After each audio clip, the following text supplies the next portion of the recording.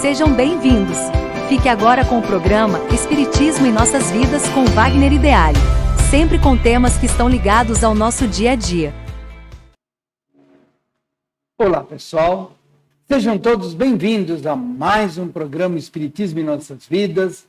E vamos hoje para a aula número 24, pois estamos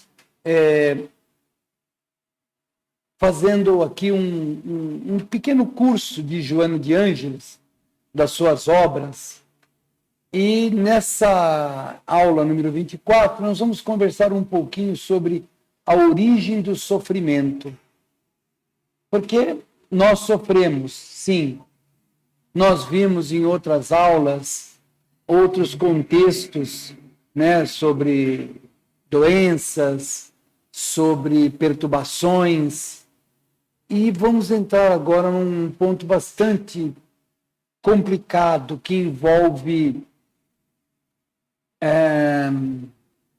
provas, expiações. Como é que é isso? Claro, cada religião vai ter uma forma de tentar mostrar o porquê do sofrimento. O Espiritismo é clássico no seu contexto reencarnatório, ou seja, nós estamos vivenciando hoje o que a gente semeou no passado.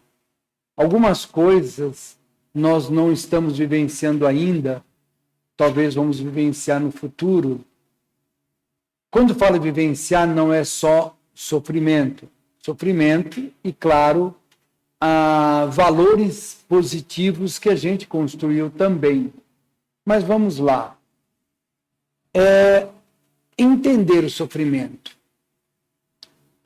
Jonas diz assim: seguindo a trilha refletiva do iluminado, ou seja, de Jesus, e calcada no pensamento espírito cristão, Joana de Ângeles nos ensina que o sofrimento é uma experiência comum a todos os seres, portando, de sua vez, um caráter burilador no sentido de evolução espiritual.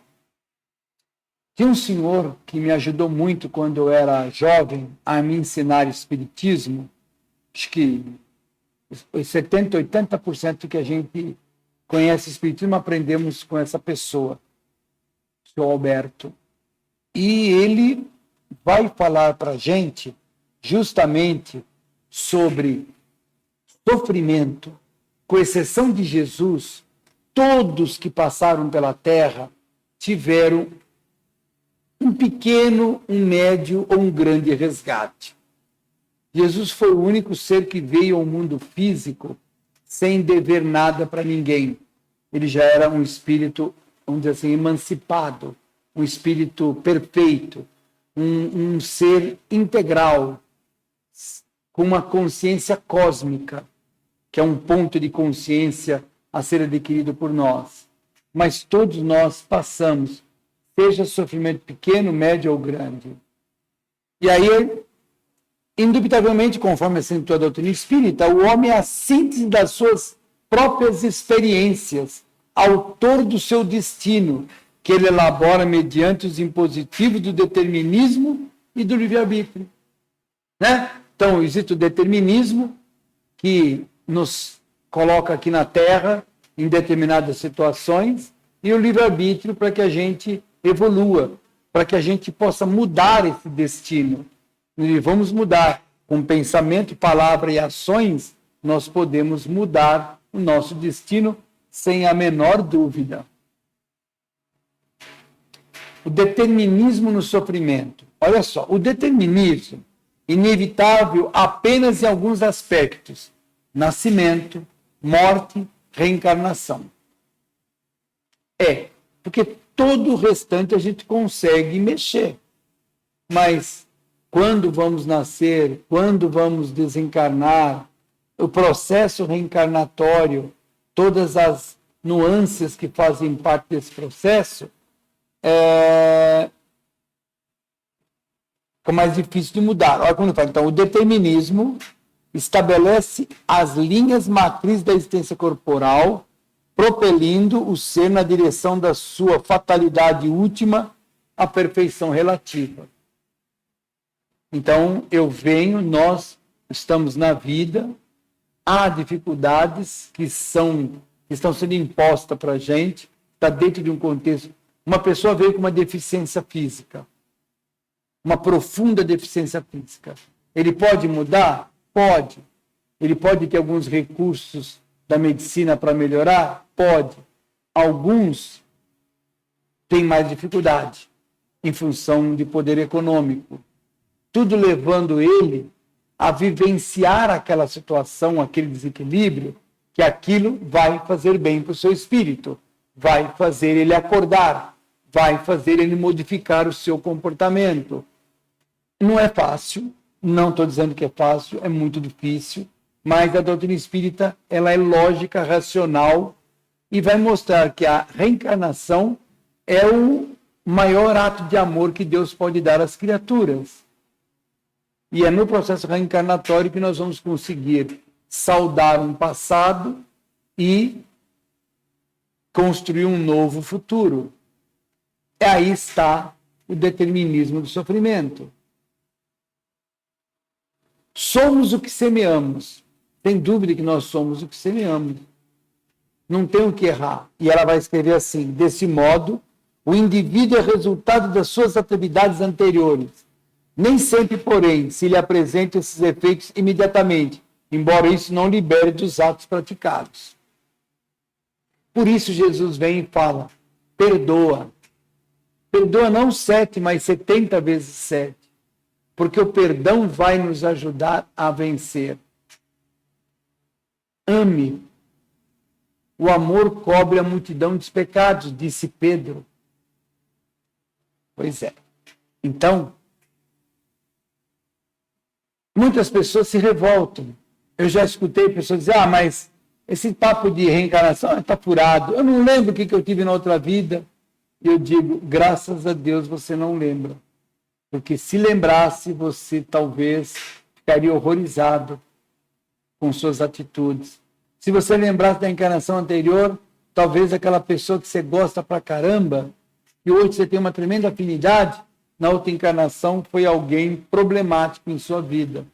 E a reencarnação está fazendo você reaprender que, com certeza, vivendo ao lado de uma pessoa a vida inteira, aprendendo a viver, ao chegar na espiritualidade, saber que aquela pessoa foi uma pessoa que criou problema, você vai deixar aquilo de lado, porque você transmitiu um amor muito grande. Pois é. Eu vou falar uma historinha. Lá no interior da China, a chinesinha queria casar com um chinesinho lá, e pelas tradições chinesas da época, a mãe do rapaz é que liberaria ou não esse relacionamento. E aí a chinesinha, com medo de perder o rapaz, procurou um ancião, uma pessoa lá que era um curandeiro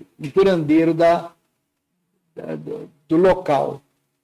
Falou para ele: olha, você precisa me arrumar um remédio, porque a minha possível futura sogra, não sei se vai aceitar eu ficar com o filho dela. E eu gosto muito dele, eu quero. Certo. E o que você quer que eu faça? Eu quero que você me dê um remédio para acabar com ela logo. Aí o curandeiro foi lá dentro, trouxe um potinho, falou: tá vendo esse potinho? Então, você dá todo dia um pouquinho para ela, mas não dá de uma vez só, aos pouquinhos. E faz cara de amiga, porque a hora que ela morrer, ninguém vai desconfiar de você. Então vai lá, abraça ela e brinca, ajuda ela na casa e dá um pouquinho. No outro dia você volta: oi, querida, eu trouxe mais um copo de chazinho para você, e brinca com ela. E ela foi fazendo isso, e foi fazendo, o tempo foi passando. Ela saiu correndo, num dado momento, procurando o curandeiro, dizendo: pelo amor de Deus, o que foi? Me arruma um remédio para cortar o efeito do veneno que você deu para ela. Mas você não queria matá-la? Eu queria, mas hoje eu não quero mais, que nós viramos muito amigas. Eu comecei a visitar a casa dela, comecei a ajudá-la, e ela se tornou minha amiga. Ah, não, pelo amor de Deus, me dá um remédio para cortar todo o efeito. E o curandeiro falou, pode ir lá, fica tranquila. O remédio que eu dei nada mais é que uma vitamina. Ele já sabia que o amor resolve tudo. E é isso que Joana está tentando nos ensinar. A liçãozinha da chinesinha. Reencarnar é educar. Portanto, o sofrimento humano de natureza kármica pode apresentar-se sobre dois aspectos, uma provação ou uma expiação. Ambos, o objetivo é educar e reeducar. A provação tem mais um papel de educação. Eu sou provado, sou testado para ver se eu venci, se eu consegui e tudo mais. A expiação é um fator de reeducar, pois eu vou vivenciar situações não muito agradáveis. Mas isso eu consigo mudar. Pois é.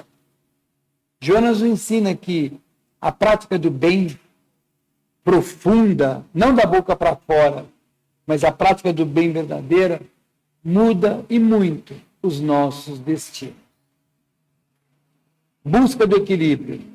Enquanto as provações constituem forma de sofrimento reparador que promove, as expiações apenas restauram o equilíbrio perdido, reconduzindo o delituoso à situação em que se encontrava antes da queda.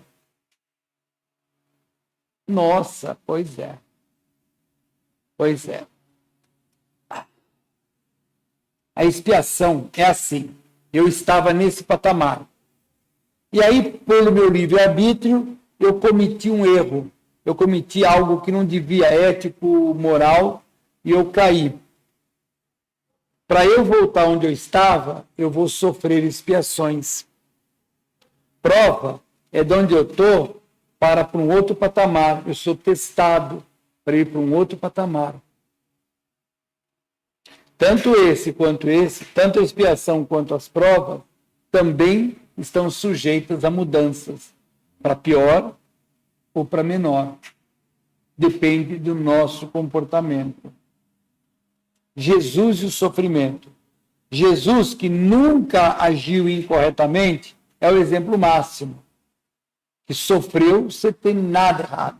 Logo após, nós vamos ter Francisco de Assis, que elegeu a pobreza e a dor para ascender ainda mais. Não expurgava débitos. Antes, demonstrava-lhes a grandiosidade dos benefícios. É que Francisco de Assis, se formos colocar uma escadinha, ele está alguns degraus abaixo de Jesus. E nós, pelo menos eu, estou milhares e milhares e milhares de degraus abaixo de Jesus. Concluímos, então, uma frase aqui de Carl Gustav Jung, que é justamente o psicanalista em que Joana de Ângeles baseou o seu trabalho. O homem tem de lutar com o problema do sofrimento. O oriental quer livrar-se do sofrimento expulsando, e o ocidental procura suprimi-lo com remédios. Mas o sofrimento precisa ser superado. E o único meio de superá-lo é suportando-o, aprendendo isso com ele, Jesus. Interessante isso, né? O homem tem de lutar com o problema do sofrimento. O oriental quer se livrar dele, expulsando. O ocidental, para eliminar o sofrimento, toma remédio. Mas ele precisa ser superado, e a única forma é suportá-lo e aprender. Não é fácil. Mas a gente consegue, tendo fé em Deus, coragem, determinação e muitas orações, a gente vai passar. Às vezes, esse sofrimento era para ser desse tamanho, mas depende do nosso comportamento, ele ficou pequenininho. Mas a gente vai vivenciar ele. A maioria dos sofrimentos decorre da forma incorreta porque a vida é encarada. Joana de Ângeles. Isso é a mais pura verdade. E é isso aí, pessoal. Aí ficamos por aqui e convido todos a participar dos nossos próximos programas, o Espiritismo em Nossas Vidas, que vamos continuar falando um pouquinho de Joana de Ângeles, nessa psicologia espírita, que analisa o nosso ser, que analisa o nosso psiquismo de forma transcendental. Fiquem todos na paz do Mestre Divino e até a próxima oportunidade.